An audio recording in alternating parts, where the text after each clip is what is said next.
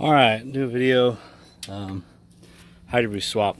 It's a 6 liter 01 Chevy. I watch a lot of videos on YouTube sometimes. Even if I've, I mean, I'm a mechanic by trade, but so I do this shit all day. But like sometimes it's good to watch a video before you start, so you kind of know what you're getting into. You don't have to, miss steps and shit like that. Anyway, so I want to give back, try to make a video.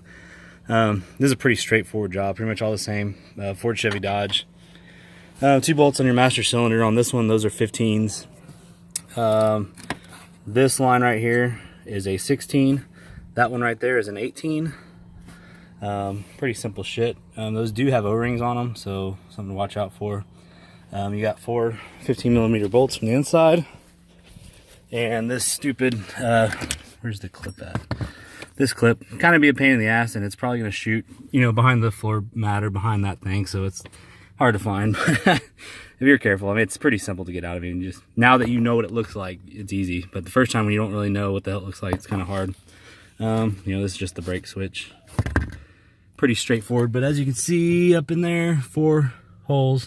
These 2, you can see them all there now, but the 2 on the right, kind of a pain in the ass. I mean, honestly, not really. I mean, it took me, I've probably been on this 5 minutes and I already got the shit out. But if you've never done one before, no big deal. This is a U-joint. A wobble would be much more efficient. Anyway, but yeah, so pretty simple. I'm also going to do a power steering pump, which I've never done a power steering pump on one of these. But it does look like you do have to pull the pulley off before you pull the pump. So I'll make a short video on that too. Like I said, I've watched a million videos and never really made a how-to video, but I didn't make it like a step-by-step because I figured this is simple enough to where you don't need it. So, but anyway, so I'll make another video on the power steering pump.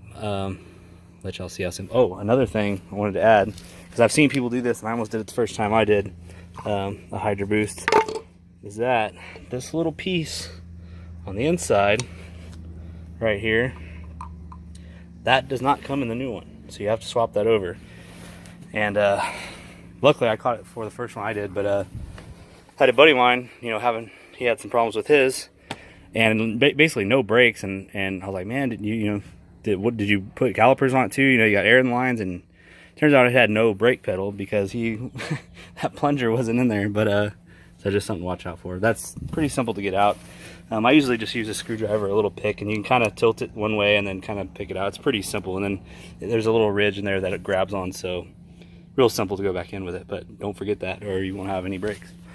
That's about it. So anyway, quick little video, halfway house. Saturday, got a brisket going on the small pit today. But yeah, so that's about it. I'll let y'all know on that power steering pump. Should be fairly straightforward also.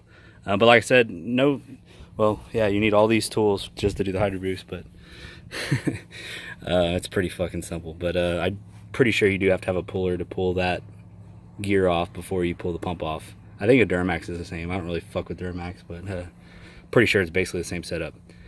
Anyway, hope that helped somebody, or at least, it's not a step-by-step, but if you're attempting something like this, if you can do it, you don't need a step-by-step. It's really straightforward. Anyway, good luck to y'all, and wish me luck on the power steering pump. See y'all.